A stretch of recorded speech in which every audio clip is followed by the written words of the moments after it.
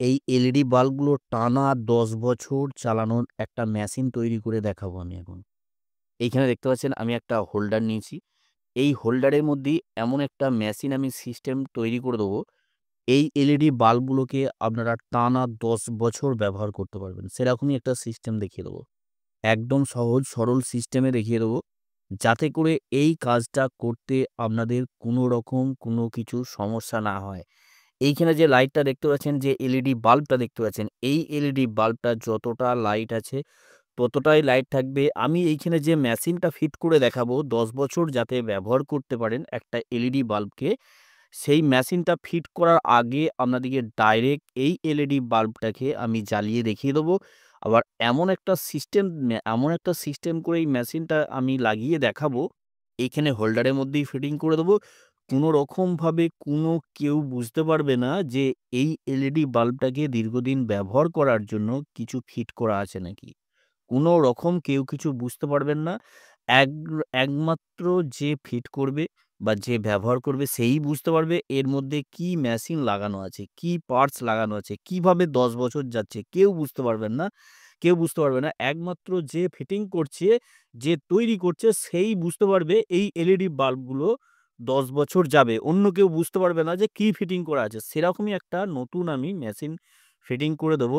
এক প্রকার এই হোল্ডারটা এমন একটা সিস্টেম তৈরি করে দেবো, ১০ বছর longevity করার একটা মেশিন।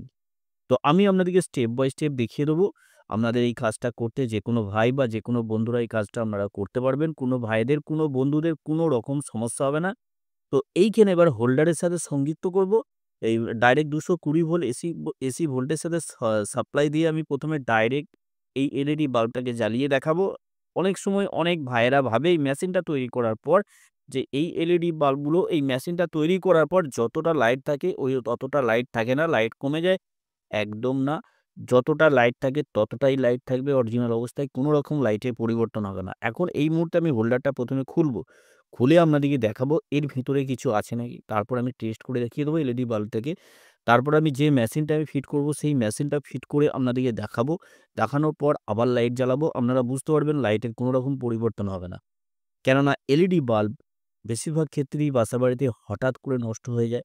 এই মেশিনটা আপনারা যদি তৈরি করে নেন, এক একদম টানা ১০ বছর আপনারা ব্যবহার করতে পারবেন। হঠাৎ করে যে নষ্ট হয়ে যায় সেরকম কোনো রকম সম্ভাবনা থাকবে না।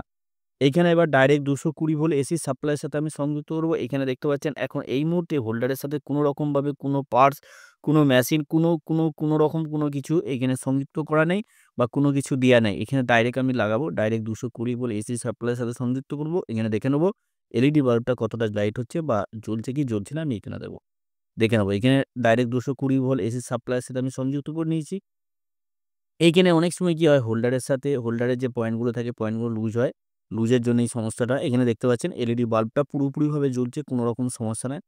এইখানে লাইটটা মোটামুটি আপনারা বুঝতে পারছেন কতটা লাইট আছে। এই যতটা লাইট আছে এরকমই লাইট থাকবে। লাইট কোনো রকম কম হবে না। 100% গ্যারান্টি। আপনারা ১০ বছর অনায়াসে ব্যবহার করতে পারবেন কোনো রকম লাইটের ঘাটতি ছাড়া। লাইট যতটা লাইট ছিল ততটাই লাইট থাকবে। এবার আমি কি করব, এখানে আমি খুলে নিলাম, আপনাদেরকে দেখিয়ে দিলাম। ডাইরেক্ট ২২০ ভোল্ট এসি সাপ্লাইয়ের সাথে সংযুক্ত করে আমি দেখিয়ে দিলাম এলইডি বাল্বটা কতটা লাইট হচ্ছে। এবার আমি এইখানে যে মেশিনটা লাগাবো, সেই মেশিনটা লাগিয়ে আপনাদেরকে দেখিয়ে দেবো এর লাইট কতটা আছে। যে মেশিনটা আমি লাগাবো ওই মেশিনটা আপনাদের মার্কেটে যদি কিনতে যাওয়া হয়, একদম অল্প খরচার মধ্যে করতে পারবেন। মাত্র ৳৪ থেকে ৳৫ র মধ্যে খরচা হবে, তার বেশি খরচা হবে না। এই মেশিনটা যদি লাগিয়ে নেন, আপনারা এই এলইডি বাল্বটাকে টানা ১০ বছর ব্যবহার করতে পারবেন। 100% গ্যারান্টি। এরকমই একটা সিস্টেম এখানে আমি এবার দেখিয়ে দেবো। এইখানে একটা পয়েন্ট, একটা তারকে আমি খুলে নেব। যেকোনো একটা তারকে আপনারা খুলবেন। লাইনের সাথে সংযুক্ত যেকোনো একটা তারকে খুলবেন। একটা আপনাদের জিনিস লাগবে, সেই জিনিসটা কোথায় পাবেন সেটা আমি বলে দেবো। সেটা আমি আপনাদেরকে দেখিয়ে দিই এবার। এই ধরনের একটা স্লিপিং পাইপ লাগবে। এই স্লিপিং পাইপটা ১ম এ স্লিপিং পাইপটা নিয়ে রাখবেন। কারণ এই স্লিপিং পাইপটা অবশ্যই দরকার। এই পাইপগুলো যেগুলো মোটরের দোকানে পেয়ে যাবেন বা ইলেকট্রনিক্সের দোকানে আপনারা যদি খোঁজ করেন অনায়াসে পেয়ে যাবেন। এই পাইপটা আমি এখানে রাখলাম। রাখার পর এবার যে কাজটা করতে হবে, এইখানে আমি একটা পিএফ ক্যাপাসিটর নিয়েছি। এই পিএফ ক্যাপাসিটরটার আমি লাগাবো। এর মানটা আমি আপনাদেরকে বলে দেবো। এমনকি এইখানে যে লেখা আছে, এই লেখাটাও আমি দেখিয়ে দেবো আপনাদেরকে কত মানের। এই পিএফটা লাগাতে হবে। অনেক সময় অনেক ভাইদের, অনেক বন্ধুদের সমস্যা হয় এই পিএফ এর মানটাকে নিয়ে। এই পিএফ এর মানটা আমি ডিসকাস করব, আপনাদেরকে দেখিয়ে দেবো কত মানের পিএফটা নিতে হবে, কোথায় পাবেন। আমি দাম বলে দিয়েছি, 4 থেকে 5 টাকা দাম আছে। এইখানে যে পিএফ ক্যাপাসিটরটা আমি নিয়েছি, এই পিএফ ক্যাপাসিটরটা আমি এইভাবে লাগাবো। এই দুটো লেগ আছে নন পোলার, যেকোনো দিকে আপনারা লাগাতে পারবেন। কোনো রকম এর দিক নাই, প্লাস মাইনাস কোনো রকম দিক নাই, যেকোনো দিকে আপনারা লাগাতে পারবেন। এবার আপনাদেরকে বলি, কেনার সময় আপনারা কোনো দোকানে হয়তো পিএফ ক্যাপাসিটর, শুধু ক্যাপাসিটর বললেন, ক্যাপাসিটরও বলে, বুঝতে হয়তো অসুবিধে হতে পারে, নাও বুঝতে পারে।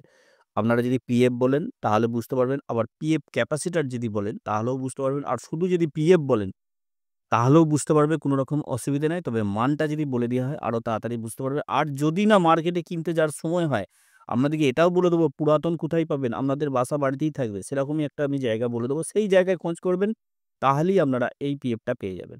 এবার আমি আপনাদেরকে কানেকশনটা দেখিয়ে দিই, তারপরে আমি আপনাদেরকে বলে দেবো এই পিএফটা কোথায় পাবেন। এইখানে দেখুন পিএফটা লাগানোর সিস্টেম, এই তারটাকে আমি ভাঁজ করে নিলাম। ভাঁজ করে নিয়ে এইখানে লেগটাকে ভাঁজ করে নিলাম। ভাঁজ করে নিয়ে আমি এইভাবে এইখানে যে পয়েন্ট আছে, একটা পয়েন্ট আমি লাগাচ্ছি, এইখানটা ভালো করে আপনারা বুঝে নেবেন। একটা পয়েন্ট লাগাচ্ছি, আপনাদেরকে প্রথমেই বলে দিয়েছি কোনো রকম দিক নাই, নন পোলার, আপনারা যেদিকে খুশি লাগাতে পারেন, যেদিকে খুশি লাগাবেন তাহলেই হবে। আচ্ছা, এইখানে যে লেগটা আছে ভাঁজ করব না আমি, না ভাঁজ করে লাগাবো। এইখানে আমি এইভাবে লাগাবো, কেননা আমি হোল্ডারের মধ্যেই ফিটিং করে দেখাবো আপনাদেরকে। এখানে হোল্ডারের মধ্যেই ফিটিং হয়ে যাবে, সেরকমই একটা সিস্টেম আপনাদেরকে দেখিয়ে দেবো। এইখানে যাতে করে আমি চাইছি, বা আপনারাও যেভাবে ফিটিং করবেন, কোনো রকম কেউ যাতে না বুঝতে না পারে এর ভিতরে কিছু পার্টস লাগানো আছে। এইটা আমি আপনাদেরকে দেখাতে চাই। এইখানে দেখুন এই পিএফটা আমি লাগিয়ে দিলাম। এইখানে লাগিয়ে দিলাম। এইখানে দেখুন এইখানে একটা পয়েন্ট বাকি আছে। তার মানে এইখানে হোল্ডারের এই পয়েন্ট থেকে এই পিএফ ক্যাপাসিটরে এইখানে একটা পয়েন্টে যাচ্ছে, আর একটা পয়েন্ট বাকি আছে। এই একটা পয়েন্ট কি করবেন? এইখানে দেখুন এইভাবে মুড়ে নেবেন। এই পয়েন্টটাকে এইভাবে মুড়ে নেবেন। এইভাবে মুড়ে নেবেন। এইভাবে মুড়ে নেবেন। মুড়ে নেওয়ার পর এইখানে দেখুন এই যে এই তারটা আছে, এই তারটাকে সোল্ডারিং করে নিতে পারেন বা পেঁচিয়ে নিতে পারেন। এইখানে এবার আমি এটাকে এইভাবে, এই স্লিপ ইন পাইপটা আমি বলেছিলাম যে স্লিপ ইন পাইপ একটা অবশ্যই আপনারা নেবেন। কেননা স্লিপ ইন পাইপ না নিলে এখানে কি হবে, দুটো পয়েন্টের সাথে যদি শর্ট হয়ে যায় তাহলে কোনো রকমভাবে আর সার্কিটটা কাজ হবে না। এবার আমার কাছে সোল্ডারিং আয়রন আছে, সোল্ডারিং আয়রন দিয়ে আমি সোল্ডারিং করে নিচ্ছি। আপনাদের কাছে যদি সোল্ডারিং আয়রন না থাকে তাহলে কি করবেন? তাহলে পেঁচিয়ে নেবেন। পেঁচিয়ে নিয়ে লাগাবেন, এতে কোনো রকম সমস্যা নেই। তবে ভালো করে পেঁচিয়ে নেবেন, তাহলে কোনো রকম আর লুজ কন্টাক্ট হবার সম্ভাবনা থাকবে না। এইখানে এবার আমি সুন্দরভাবে এই জায়গাটায় সোল্ডারিং করব। এখানে এই তারটার সাথে এখানে পিএফ ক্যাপাসিটরটা যে আমি লাগিয়েছি, এই পিএফ ক্যাপাসিটরের সাথে আমি সুন্দরভাবে একটা পয়েন্টের সাথে সোল্ডারিং করব, যাতে করে কোনো রকম লুজ কন্টাক্ট না হয়। আর আপনারা যদি সোল্ডারিং আয়রন যদি কিনতে চান, ভালো মানের যে সোল্ডারিং আয়রন, সেই ওর সোল্ডারিং আয়রনের লিঙ্ক আমি আমার ডিসক্রিপশনে দিয়ে দেবো। আমার যে ভিডিওটা দেখছেন, ভিডিওর গায়ে দেখবেন প্রোডাক্ট বলে অপশন আছে একটা, ওই প্রোডাক্টে হাত দেবেন, ভালো সোল্ডারিং আয়রনে আমি লিঙ্ক দিয়ে দেবো। কেননা আপনারা নতুন অবস্থায় যদি কিনতে যান, সেক্ষেত্রে কী হবে, সোল্ডারিং আয়রন কিনতে যেয়ে অনেক রকম সমস্যার সম্মুখীন হতে হয়। ঠিকঠাক কিনতে পারা যায় না, অথচ দাম প্রায় আ স ভালো মানের যে সোল্ডারিং আয়রনগুলো সেই পরিমাণই দাম নিয়ে নেয়। সে কারণে অনেক রকম সমস্যা হয়। আর আমি যে লিঙ্কগুলো দেবো আমি, সেই লিঙ্কগুলো থেকে আপনারা যদি কিনে নেন দেখে, তাহলে আপনারা ভালো মানের একটা সোল্ডারিং আয়রন কিনতে পারবেন। এইখানে দেখুন এখন পর্যন্ত আমি এইখান পর্যন্ত আমি ফিট করে নিয়েছি। তার মানে এই যে পিএফ ক্যাপাসিটরটা লাগিয়েছি, এই পিএফ ক্যাপাসিটরের একটা লেগ আমি হোল্ডারে একটা পয়েন্টে লাগিয়েছি। আর এইখানে যে তারটা আছে, এই তারটার একটা তার আমি পিএফ ক্যাপাসিটরের আরেকটা পয়েন্টের সাথে লাগিয়েছি। আর এইখানে একটা তার সরাসরি একটা পয়েন্টের সাথে লেগেছে। এইভাবে কানেকশনটা হয়েছে। কানেকশনটা সহজ, একদম সরল। আপনাদের যদি বুঝতে অসুবিধে হয় অবশ্যই আমাকে কমেন্ট করে জানাবেন। দরকার হলে আমি নতুন করে আবার আপনাদের জন্য এই ধরনের এইরকম ভিডিও আমি তৈরি করে দেখাবো। যাতে করে আপনারা বুঝতে পারেন, বা এই কাজটা যাতে করে আপনারা বাসাবাড়িতে ঠিকঠাকভাবে করতে পারেন, সেই উদ্যোগ নিয়েই আপনাদের জন্য এই ভিডিওগুলো তৈরি করা। এবার দেখুন এইখানে আমি ভালো করে এইখানে লাগিয়ে নিচ্ছি। আপনারাও ভালো করে লাগিয়ে নেবেন। এরপর আমি এখন ক্যাপটা না এঁটে আমি ১ম এ জ্বালিয়ে দেখাবো আপনাদেরকে। কেননা আপনাদেরকে বলেছিলাম যে যতটা লাইট ততটা লাইট থাকবে। লাইটের কোনো রকম পরিবর্তন হবে না। আরেকটা কাজ বাকি আছে। আপনাদেরকে যেই পিএফ ক্যাপাসিটরটা আমি লাগিয়ে দেখাচ্ছি বা যে ১০ বছর এলইডি বাল্ব জ্বালানোর জন্য যে মেশিনটা আমি এখানে লাগিয়ে দেখাচ্ছি, সেই মেশিনটার মানটা আমি বলে দিইনি এখনো।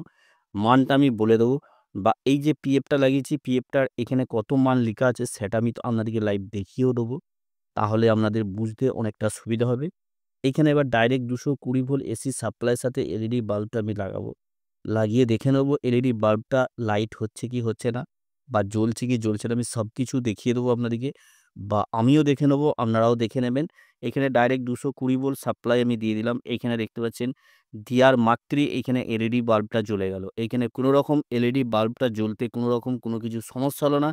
কোনো রকম ব্লিঙ্কিং নাই, কোনো কিছু নেই। লাইট যতটা লাইট ছিল ততটাই লাইট। লাইটে কোনো রকম পরিবর্তন হয় না। এখানে আপনারা ভালোভাবে দেখতে পাচ্ছেন। এরপর আপনাদেরকে এবার পিএফটার মান আমি বলে দেবো। ক্যাপটা লাগিয়ে দেখিয়ে দেবো। এখানে ক্যাপটা লাগছে কি লাগছে না। এইখানে আমি আপনাদেরকে উল্টো দিকে ঘুরিয়ে দেখিয়ে দেবো। এইখানে পিএফের মান লিখা আছে। আপনারা দেখে নিতে পারেন বা আমি মুখেও আপনাদেরকে বলে দেবো। এইখানে দেখতে পাচ্ছেন, এইখানে পিএফের মানটা আপনাদেরকে দেখিয়ে দিই। এইখানে দেখুন ১০৫ যে ৪০০ ভোল্টের আমি পিএফ লাগিয়েছি। এখানে আপনাদেরকে দেখিয়ে দিচ্ছি। এখানে দেখতে পাচ্ছেন ১০৫ যে ৪০০ ভোল্ট পিএফ। দোকানে যখন কিনবেন এখানে ভালো করে এবার দেখুন আমি দেখিয়ে দিচ্ছি। ১০৫ যে ৪০০ ভোল্ট পিএফ আপনারা যেকোনো ইলেকট্রনিক্সের দোকানে আপনারা এই পার্টসটা পেয়ে যাবেন। আর যদি না এই পার্টসটা পান, আপনাদেরকে বলে দিচ্ছি পুরানো যে লাইটগুলো থাকে, টর্চ লাইটগুলো পুরানো আগেকার মডেলের যে টর্চ লাইটগুলো থাকে ডাইরেক্ট ২২০ ভোল্ট এসি সাপ্লাই থেকে যে টর্চ লাইটগুলো চার্জ হয়, সেই টর্চ লাইটগুলোর ভেতরে আপনারা দেখতে পারবেন ১০৫ যে ৪০০ ভোল্ট পিএফ ক্যাপাসিটর আছে। ওইখান থেকে আপনারা লাগিয়ে নিতে পারবেন। এতে কোনো রকম সমস্যা হবে না। এতে কোনো খরচা হচ্ছে না। আর যদি আপনারা খরচা করতে চান, তাহলে আপনারা যেকোনো ইলেকট্রনিক্সের দোকান থেকে এই পিএফ ক্যাপাসিটরটা কিনে নিয়ে লাগাতে পারবেন। দাম ৳৫ থেকে ৳১০ তার বেশি দাম নয়। এইভাবে করে আপনারা যেকোনো এলইডি বাল্বকে আপনারা মিনিমাম ১০ বছর ব্যবহার করতে পারবেন। এখানে দেখতে পাচ্ছেন আমি এখন ফিটিং করে নিয়েছি। তো এখানে ফিটিং করার পর আমি আরেকবার লাগিয়ে দেখে নেব কোনো রকম কোনো জায়গার সাথে শর্ট হয়ে আছে নাকি বা ঠিকঠাক ফিটিং হলো নাকি আমি সেটা দেখে নেব। ডাইরেক্ট ২২০ ভোল্ট এসি সাপ্লাইয়ের সাথে আমি সংযুক্ত করব এবার। সংযুক্ত করে দেখে নেব। এইখানে দেখতে পাচ্ছেন এলইডি বাল্বটা যখনই আমি ডাইরেক্ট ২২০ ভোল্ট এসি সাপ্লাইয়ের সাথে সংযুক্ত করলাম, সঙ্গে, সঙ্গে এই এলইডি বাল্বটা জ্বলে গেল। তার মানে বুঝা গেল এইখানে যে মেশিনটা আমি লাগিয়েছি এই মেশিনটা পুরোপুরিভাবে কাজ হচ্ছে, কোনো রকম সন্দেহ নেই। এইখানে আমি খুলে নিলাম। এইখানে এবার আপনারা বলুন এইখানে কোনো কিছু লাগানো আছে কি নাই? এখানে বুঝতে পারছেন কি? কোনো রকম বুঝতে পারছেন না। এইভাবে কেউ বুঝতে পারবে না। আপনারা গোপনভাবে এই মেশিনটা লাগিয়ে আপনারা এলইডি বাল্বগুলোকে অনায়াসে ১০ বছর ব্যবহার করতে পারবেন। আপনারা সকলেই ভালো থাকবেন, সুস্থ থাকবেন, নিজের খেয়াল রাখবেন। ওকে, থ্যাংক ইউ, ধন্যবাদ।